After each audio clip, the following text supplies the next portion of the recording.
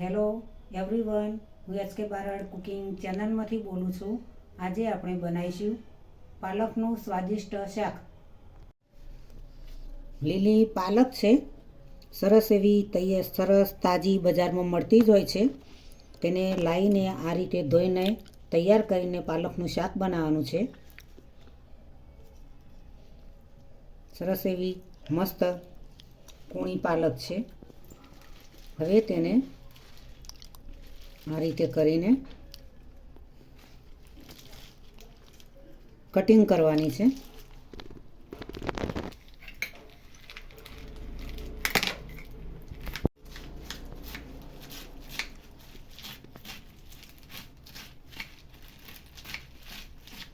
આ રીતે કટિંગ કરીશું.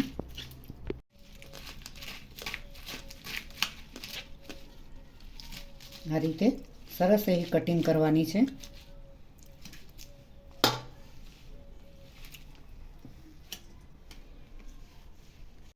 પહેલાં શિંગદાણાને શેકીશું.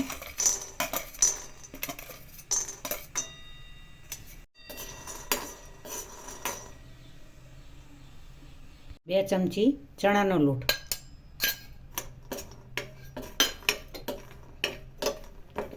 તલ પણ એડ કરીશું.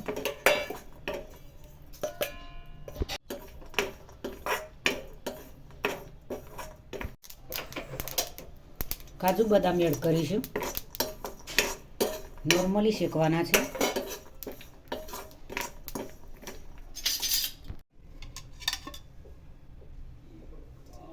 એક ચમચી તેલ એડ કરીશું. લીલું મરચું એક એડ કરીશું. હવે પાલકને થોડી તેલની અંદર શેકી દઈશું.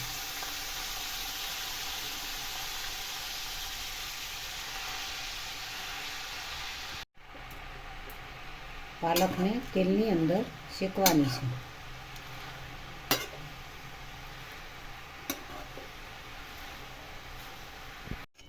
પાલક સરસ એવી તેલની અંદર શેકાઈ ગઈ છે.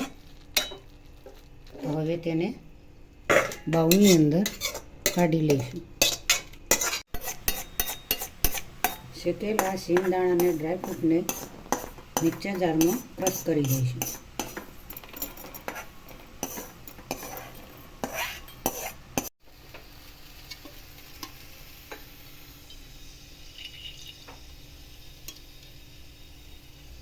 તેલ એડ કરીશું 2 ચમચી. 1 ચમચી ઘી એડ કરીશું.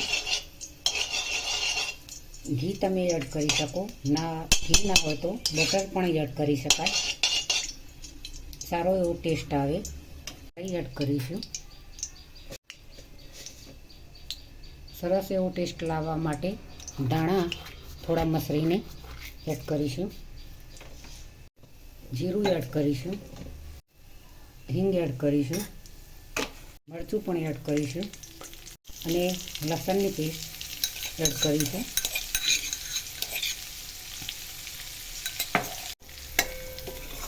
લસણ થોડી વાર શેકાવા દઈશું, જેથી કરીને લસણ પાલકની અંદર કાચું ના લાગે. હવે લસણ પૂરી રીતે થઈ ગઈ છે તો ડુંગળી એડ કરીશું.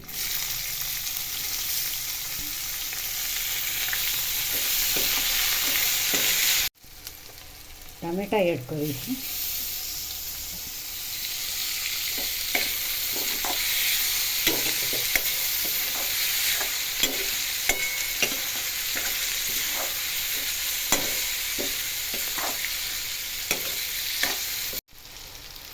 સ્વાદ અનુસાર મીઠું, ધાણા જીરું પાવડર, હળદર, લાલ મરચું,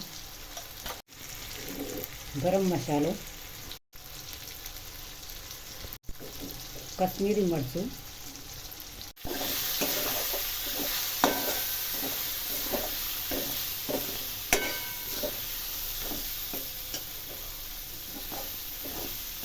હવે શિંગદાણા અને ડ્રાયફ્રૂટને ક્રશ કરેલા એડ કરીશું અને નોર્મલી પાણી એડ કરીશું. અડધો ગ્લાસ પાણી એડ કરીશું. થોડું પાણી એડ કરીશું.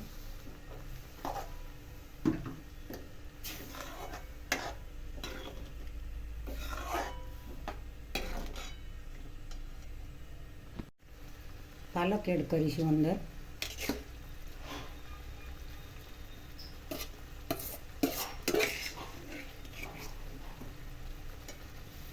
મિક્સ કરી દઈશું.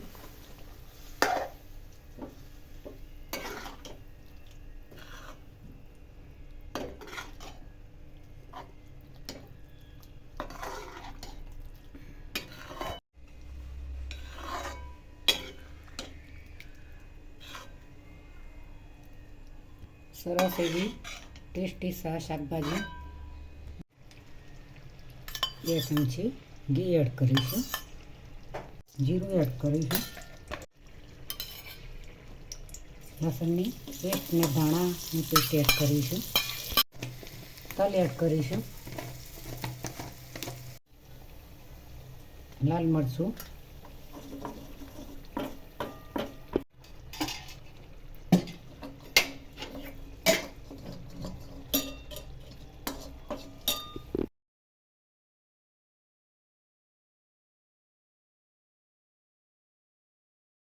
લાલ મરચું ને લસણનો વઘાર એડ કરીએ.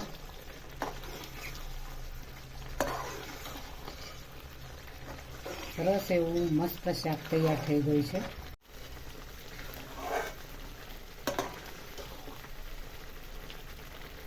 ટેસ્ટી સરસ એવું શાક તૈયાર થઈ ગયું છે.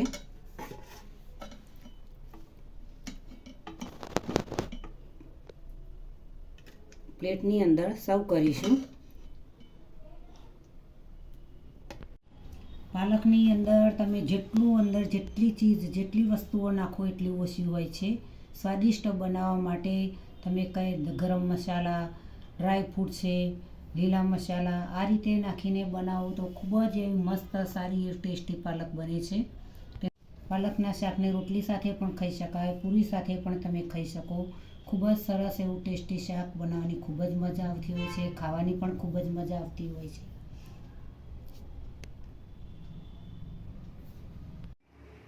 લીલી પાલકના મુઠિયા પણ બનતા હોય છે, વડા પણ બનતા હોય છે. અનેક વાનગીઓ લીલી પાલકની મસ્ત એવી બનતી હોય છે. આ રીતે તેનું શાક ખૂબ જ સ્વાદિષ્ટ એવું બનતું હોય છે. તો મિત્રો, આજની રેસીપી તમને જરૂરથી મારી ગમી હશે તો મારી ચેનલને સબસ્ક્રાઈબ કરજો, મારા વિડીયોને લાઈક કરજો, શેર કરજો, બને તો કમેન્ટ કરજો. પાલકનું શાક ખૂબ જ ટેસ્ટી અને મસાલાદાર, ખૂબ જ મસાલાથી ભરપૂર બનાવ્યું છે. ટેસ્ટી ખૂબ જ બની છે. મિત્રો, આજની રેસીપી જોઈને તમે જરૂરથી બનાવજો તો મને ખૂબ આનંદ થશે.